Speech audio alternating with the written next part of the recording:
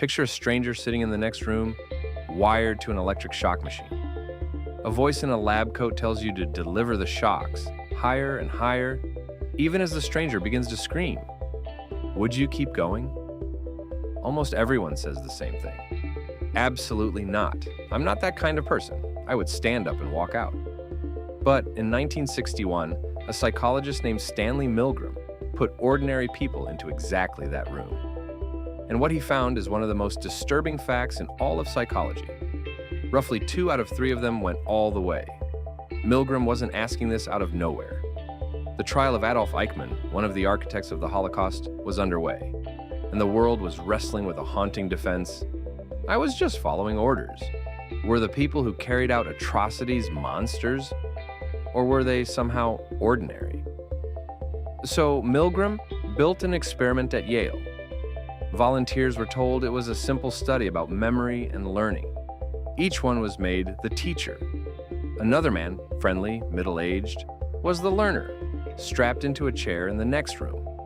In front of the teacher sat a machine with a long row of switches, from a mild 15 volts all the way up to a final ominous 450, labeled in plain letters, danger, severe shock.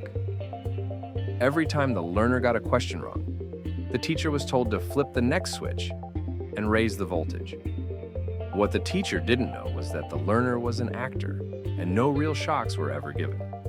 But everything else felt brutally real.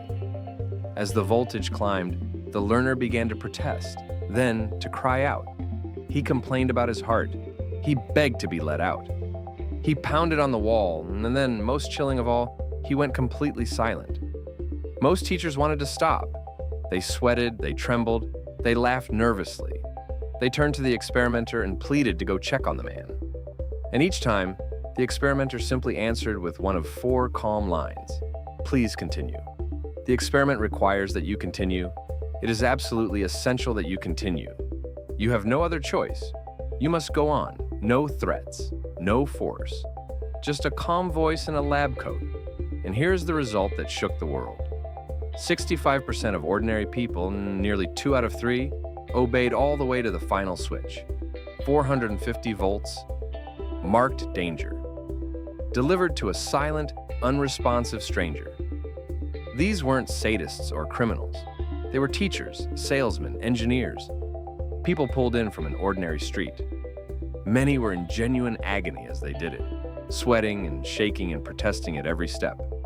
But they kept flipping the switches, not because they wanted to hurt anyone, but because someone they saw as an authority told them to, and quietly took the responsibility off their shoulders. This is the uncomfortable lesson Milgram left us. Evil doesn't usually require a monster. It requires an authority to defer to, a little distance from the harm, and the feeling that you're just one link in someone else's chain.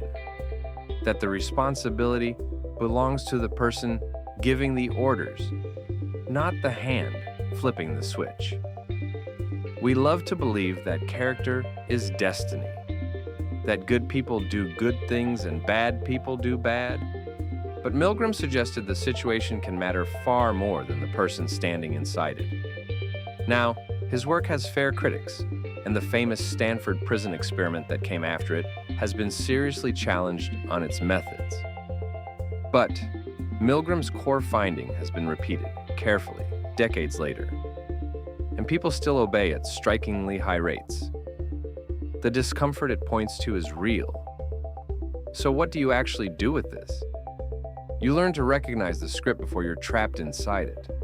Watch for the setup, an authority who sounds calm and legitimate, a way to quietly tell yourself the responsibility is someone else's, and a slow, step-by-step climb where each request is only slightly worse than the last. The same gentle slope that carried people from 15 volts to 450, one switch at a time. When you feel those gears turning, stop and ask a single question. If no one were ordering me to do this, would I choose it myself? Practice saying a small no out loud while the stakes are still low. Because the person who can refuse at 150 volts is the one who never reaches 450. It's tempting to watch all this and quietly sort yourself into the heroes, to assume you'd be one of the rare ones who walked out the door. But that comfort is exactly what Milgram's people felt too, right up until the moment they reached for the switch. The real question was never whether you could be one of the obedient 65%. It's whether, the next time an authority asks you to do something that feels wrong, you can be one of the 35 who stops. So tell me, have you ever gone along with something you knew wasn't right just because someone in charge told you to? And what do you think it would really take to say no?